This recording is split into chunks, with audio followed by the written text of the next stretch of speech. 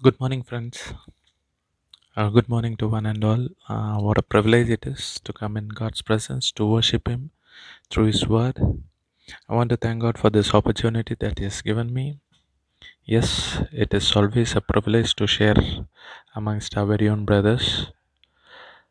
This morning time, I'd like to share a few thoughts of what uh, I was just preparing on. Uh,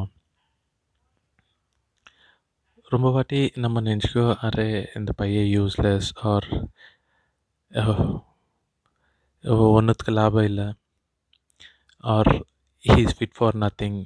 Even during our school days, most of the teachers used to tell the same thing, that he is fit for nothing. He cannot be able to cope up when he grows up. These are the various things we have heard. And not only that, in the recent times, if at all, before the lockdown, if at all, if we have regularly seen the news, we have seen that so many things have been happening. And many times we might be thinking, is there really hope for these people? So the best example what I can give is, um, the rapists. There have been so many rapes happening in our country. Young kids, the kids, 4 months old babies or 1 year old babies, 13-year-old girls, 60-year-old women being raped. After hearing that, we might have had this thought, okay, the person whoever has raped, is there really hope for them? Probably we might have had this thought. As Christians also, we might have had this thought, okay, array இவங்களுக்கு இவங்க மேலே கடவுள் grace காமிக்குவாங்களா இல்லையா? We might have all had this question. The recent one, 2 days or 3 days back, we might have seen in news or in Facebook mostly that a 14-year-old Christian was brutally killed in Orissa. How cruel are they? Is there a really hope for these people? If you have ever thought some people are beyond hope, so evil that they are incapable of change, there is a book in the Bible which will upset our thinking. When we consider serial killers, rapists, drug kingspin, or terrorists, we always think that there is no hope for these sort of people. But this book shows that God wants to extend His grace and mercy to even the worst of people.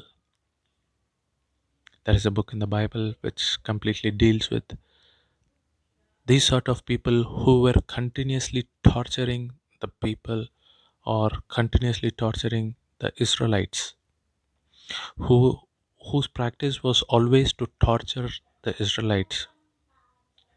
Yes, probably you might have already guessed it.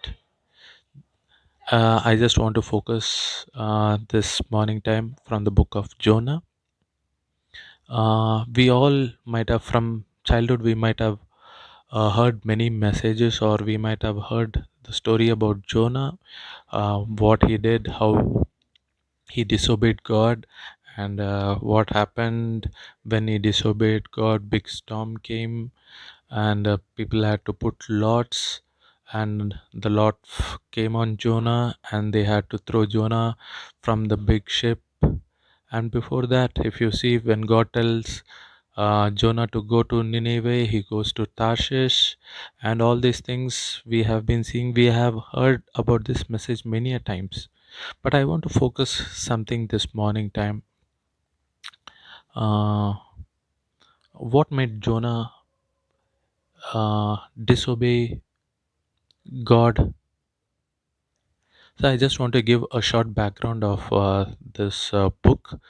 This book was written somewhere between 785 and 750 BC, during the reign of King Jeroboam II. If you go back to Second Kings chapter 14 verse 25 or 23 onwards, if we read, we will see about Jonah's a brief introduction in that book itself. During that time, Israel was socially and economically were growing very strong, and Jonah comes and prophesies during this time. At that time, the Assyrians were one of the superpowers, and uh, being the neighboring country of Israel, and most importantly, they were the ones who were like the Pakistanis for India in current day. So obviously, if someone from Pakistan tells anything about India, we will obviously hate Pakistan because we love our country.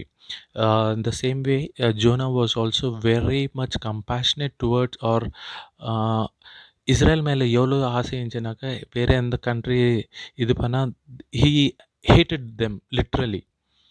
So the very reason why Jonah hated Nineveh was the reason because Assyrians were the one who were torturing Israelites severely, and this was and as a normal human being, it's normal that to hate people, right? This is exactly what has happened, and this is a short background what I just wanted to share. And because of this hatred, Jonah disobeyed God.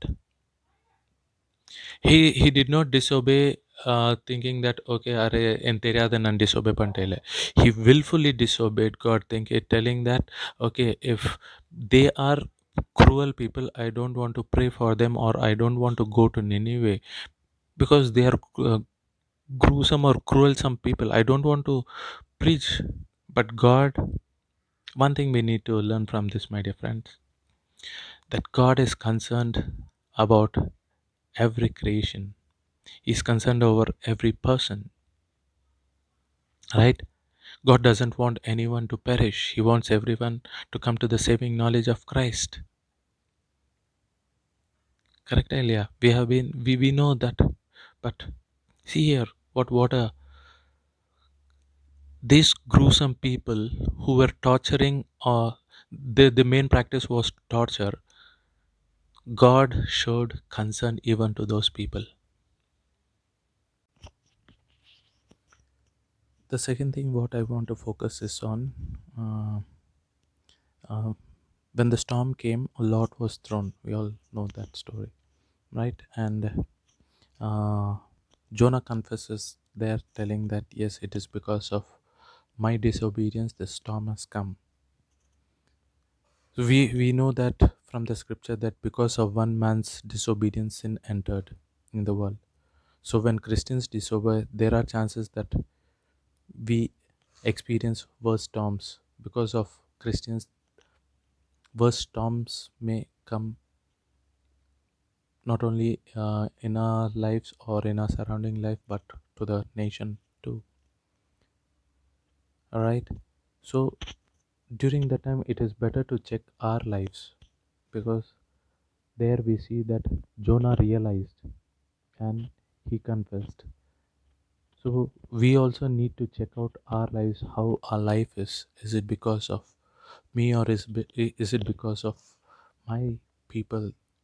Is it because of we Christians that so many things are happening? So we need to confess, my dear friends. So first thing I focused on God's mercy, and the second one is uh, to confess our sins. So this morning time, friends, let's not miss out this opportunity that God is a God of mercy. At the same time, we need to do our part. We need to confess our sins. Only then He will be. So when Jonah went to Nineveh, and when he asked the Ninevites to confess their sins, the Ninevites confessed, and God showed mercy even to that cruelsome people. If you read Matthew chapter 5, verse 44, it tells, pray for your enemies. Yes, we need to pray for our enemies, my dear friends. Just think about the small things what I shared this morning. Hope this was a blessing this morning time. Thank you, friends. Have a good day.